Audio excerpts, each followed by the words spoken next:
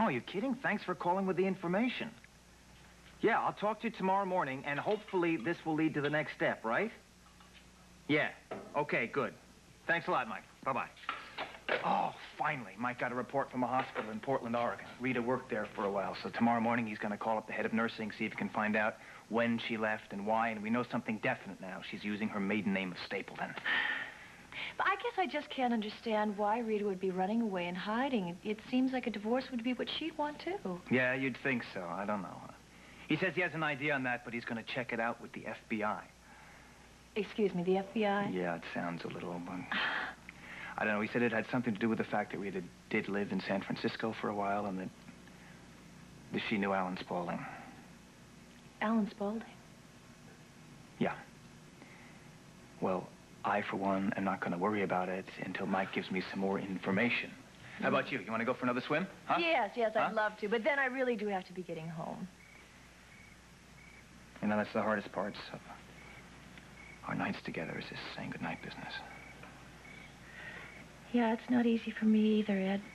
But I did mean what I said earlier about wanting to get to know someone and spend some time with that someone before I know what you're saying. You're right. Yeah. Both just come out of a very lonely time, and we have to, get used to that. I just want to be sure that what we're feeling here comes from a very pure feel. Oh. I'm sorry, doesn't it sound just like one of Nola's old movies? A little bit, yeah. Well, I think you should know that I have a fair amount of these pure feelings where you're concerned. Well, I'd be a liar if I didn't tell you I felt the same way. I just want to be sure this time you understand that.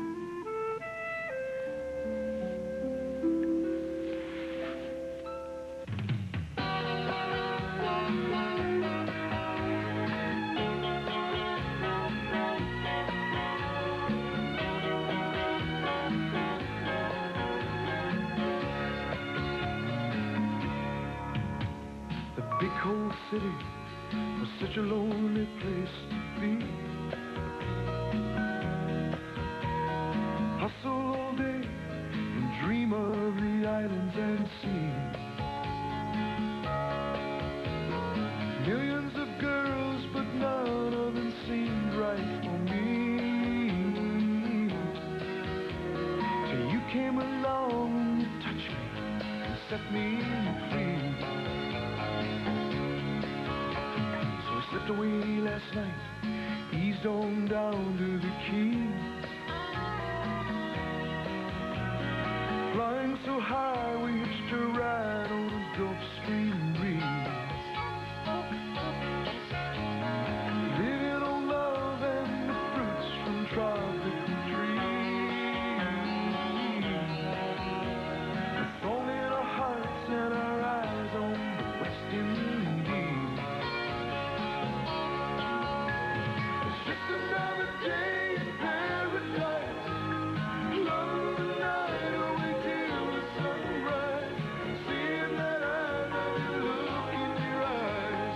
Just another day in paradise.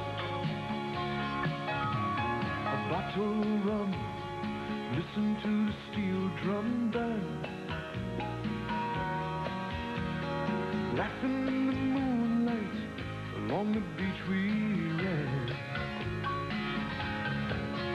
splashing naked in the sea, making love upon the sand. Falling fast asleep like children, hand in hand. It's just another day in paradise. Love the night away till the sunrise. Seeing that I love you, look in your eyes. Just another day. Woke up this morning with the sunlight in my eyes. Guess it was only a dream. I hear the city outside. But I look at you sleeping, and honey, now I realize that anywhere with you is paradise. It's just another day in paradise. Loving the night away till the sunrise. Saying that I love you, look in your eyes. Just another day in paradise. It's just another day in paradise. Loving the night away till the sunrise. Saying that I love you, look in your eyes. It's just another day in paradise.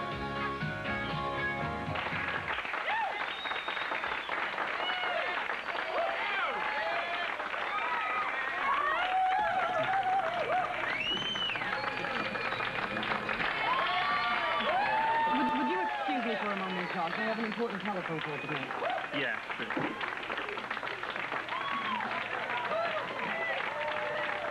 Miss McCord, be careful. I promise I'll be back shortly.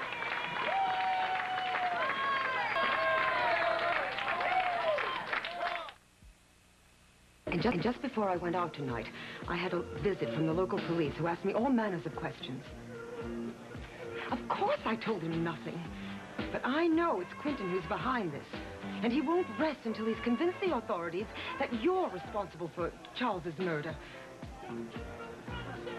Yes, I'll keep in touch.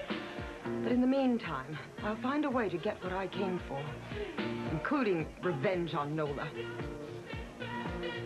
Yes, until then, take care of yourself.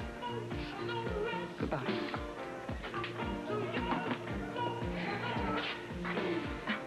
I was wondering how long it would take you to find me in a place where we could talk quietly. Don't flatter yourself, Helena. There's only one other person in the world that I'd less rather talk to right now, and that's Silas Crocker. Oh, really? I overheard enough of your conversation to know you know where he's hiding. You know, I thought you were capable of a great many things, Helena. But I didn't think you would lower yourself to protect a murderer. Silas had nothing to do with Charles's death. I will never forget this. It's true. I've only spoken to Silas once, but he said he's read all the reports on the murder, and he believes that it was done by the descendants of an ancient cult who are out to destroy anyone who is looking for the Temple of Gold or the sunken Phoenician barge.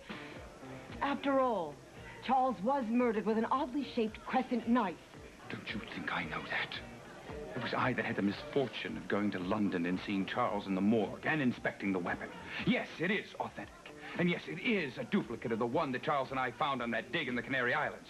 But do you know what I believe, Helena? I believe that you and Silas found such a knife in the basement of that New York museum. And it's that knife that Silas used to murder Charles with. You are so wrong. Don't you realize that while you're standing here accusing Silas, you yourself are in danger, as are Silas, Nola, and myself? The only danger Nola is in is from you and Silas, because she happened to outsmart you in New York.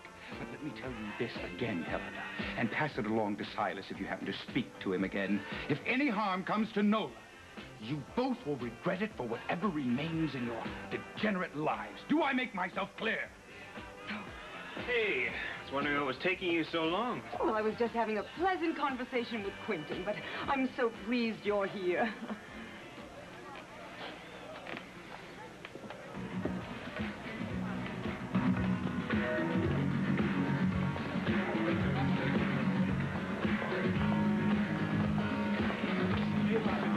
Don't be concerned. I didn't say anything foolish. I simply stated the truth, and I feel much better for it. Well, I just feel better knowing that you're back now.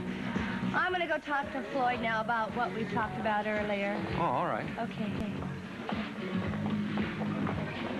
Floyd? Yeah. Can I talk to you? Oh, yeah, sure. I'll be right back.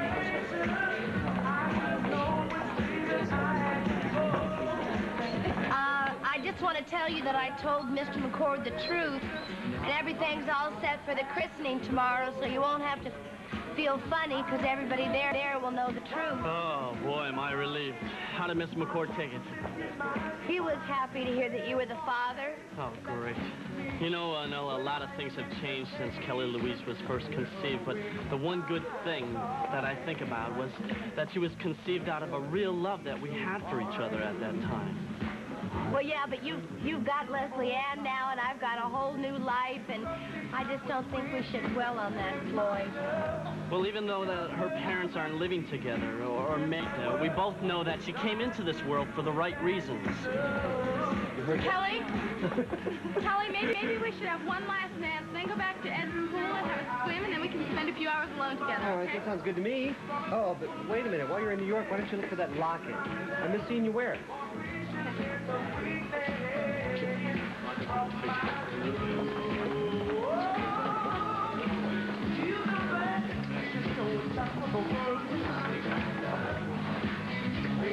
Perhaps we should go.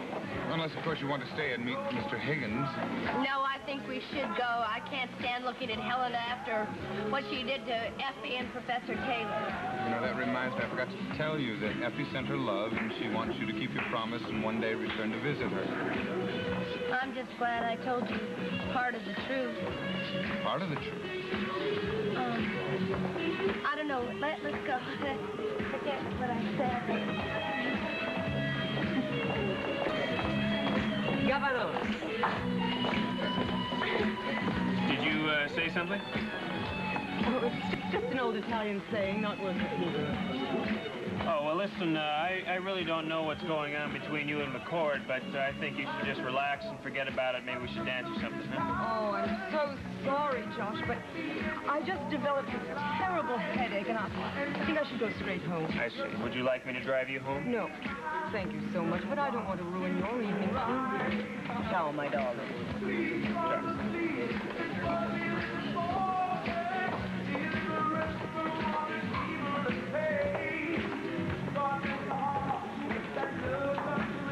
Well, looks like we've both been turned into a couple of wallflowers tonight, huh? Yeah, it was just the same thing. It's been so long. I have to find my way back to Ross before it's too late. I'm not letting you get control again. Everything's going just perfectly now. Ross believes my story about Justin. I'm gonna blast the whole Marlar family for making my life so miserable. Then I'll take off, and you will never get in my way ever again. Help me. Ross. Just help me. Carrie. Oh, Ross. I'm so afraid. Oh, honey, you don't have to be afraid of anything ever again. Now that I know the truth about Justin, I'm going to take charge of everything from here on in. I promise you that.